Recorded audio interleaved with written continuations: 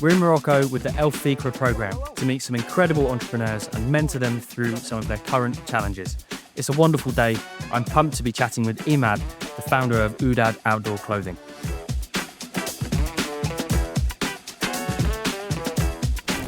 Imad, it's so good to see you. It's so good to have you here. I'm really happy you came. Thank you so much. Like, before we dive into, solving stuff and the mentoring thing, tell me where this started for you. Where did entrepreneurship begin for you? It's all started when I was a kid in primary school. I'm a good drawer. I am an artist, so I draw. So I was selling my drawings to my classmates for 1 dirham. One dirham. I was like selling Pokemon drawing. Like drawings? Yeah, That's amazing. Yeah, it started when I was a kid. Then my first real project was in 2018. I started Chubkal community, the hiking club. We organize expeditions in the high Atlas mountains. Yeah. Treks, one-day trips, all sorts of hiking experiences. Okay. So yes, I still do this until now. Yeah, and you've started this next thing that's kind of linked to that as well. Yes. So tell me about this business. Tell me about the business we're chatting about now. Obviously, linked to what you already do is linked to your passion. Talk about the business. What is it? Oudad Outdoors is the first African brand, outdoors brand. So the idea came when we were organizing the expeditions in 2021. Many customers, many travelers, they asked us the equipment and clothes to bring for the trek. And all the time I direct them to the big outdoors companies in Morocco. Like there's only one who sells here the outdoor clothes and equipment. So I had this idea to create our brand, like our first Moroccan and African brand, Amazing. outdoors brand, to sell these products to our customers. They were like a big demand, and idea came thanks to because there's a need. Yeah. And there's a big need. So we started in 2021, and we started selling polars, flares. It's for hiking in winter, and also in summer in high altitude mountains. We started producing our fleece, polar fleece. We started with a quantity of 250 polar fleece, and we sell everything. All the production was sold. That's amazing. Yeah, for our first experience but thanks to our community, because we have a large hiking community in Morocco. Yeah. And they already trust us because they already participated with us in hiking trips. They already know you. Yeah. That's amazing. So I guess, you've had an amazing start. If you could wave the magic wand and turn this business into the business that you want it to be, what would you do? What would it look like? Describe it to me. I have a dream. I have a dream one day you can walk in London and you can find our equipments and clothes in a retailer who sells the outdoor equipment, and you can find Oudad Outdoors everywhere in the world. When you want to buy equipment or just a t-shirt for hiking or a boot, you can buy it anywhere in the world. That's the dream. That's to be worldwide. Yeah, amazing. To go worldwide. That's incredible. And like, how many? And you want to have a big reach as well. You want to have a bunch of people wearing it, but also trekking with you as well. Yeah. And I love how it all links together.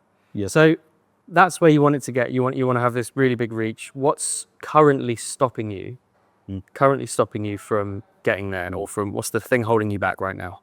I studied finance and accounting in university. I studied hospitality and tourism management. Yeah.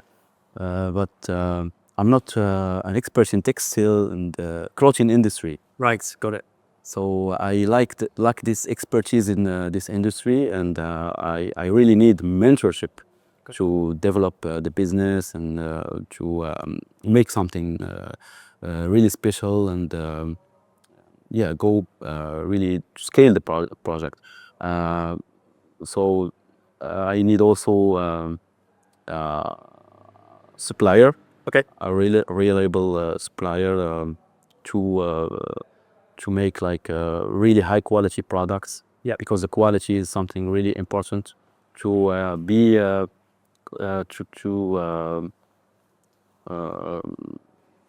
match the level of the concurrence. So just to recap, what's holding you back currently is skills within the industry, because the things you studied are different to the textiles industry, of course. And the second bit is a supplier that's able to keep up with you. Have you got a supplier currently, and they're just not up to standard? Yes, I worked with the local supplier in Casablanca, and I was not really satisfied with his work. So actually, I'm looking for a better supplier.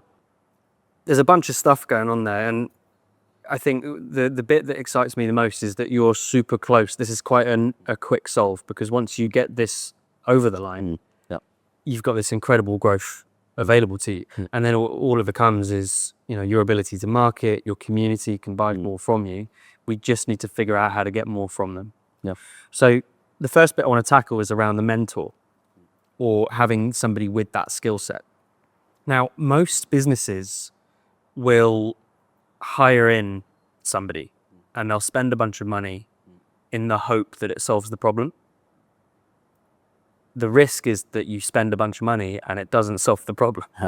And we don't want to be in that scenario, right? So what I would be looking at here is finding a master. Now, when I say master, what I'm imagining is somebody who's been in the industry, someone who's been in a company before that isn't the same as yours, but is parallel. So, for example, find a manufacturer who works with suppliers on a regular basis. Find somebody who runs a street clothing brand rather than an outdoor brand, because they'll know how the industry works. They'll know how to talk to suppliers for you. But you'll learn more taking them out for a coffee than you will by hiring someone in. Exactly, yeah. Because you're not learning at that point, you're outsourcing. Does that make sense? Yeah. My second point is around the supplier challenge.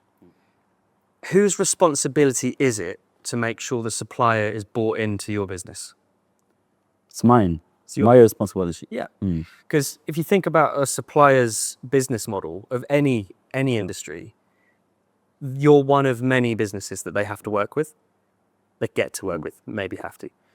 But especially as a small business, you're not an important enough number for them to dedicate loads of time, loads of energy. So what we have to rely on then is our story, our emotion, the real enrollment of what we're here to achieve.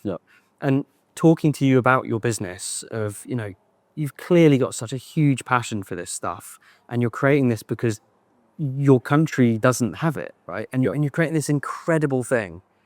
They need to be enrolled in that.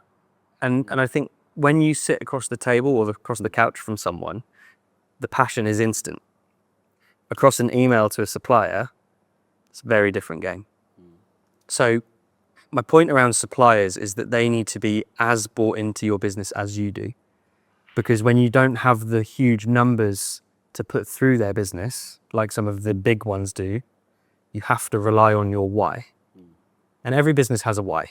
Some stronger than others. But when you know the reason you're starting this business, the reason this has to work, that's what they buy into. And if they're with you long term, it benefits them financially too. My third point is hire slow, fire fast. And this is across all of business. Hire people slowly, make sure they're the right people with a number of different ways, and we'll talk about that in a minute, but fire them quickly if they're not the right person. This is when you're hiring people, this is when you're finding mentors and people to surround yourself with. You can do it with friends if you really want. But suppliers fall into that too. Because if a supplier is making your life hard and they're not working and they're not making your business successful, get rid of them and find somebody else. And that's the other part of this is if you can't rescue the supplier you've got and you can't bring them into the fold, get rid and find a new one. Yeah. Because human beings, we love to help people. We want to bring people along for the ride with us as long as we can. But what that means is that we end up putting ourselves out for the good of someone else. So if we're keeping a supplier on board because we feel like we have to, or we feel like that's the easier option, we're damaging the business in the long run. So to summarize those 3 parts as plainly as I possibly can, find a master. Find someone who's in the industry, who gets it, who's already done it. Take them for coffee, learn from them. That's going to fast forward your journey by 10 years, and you get to start from where they are. So that's the first one, find a master.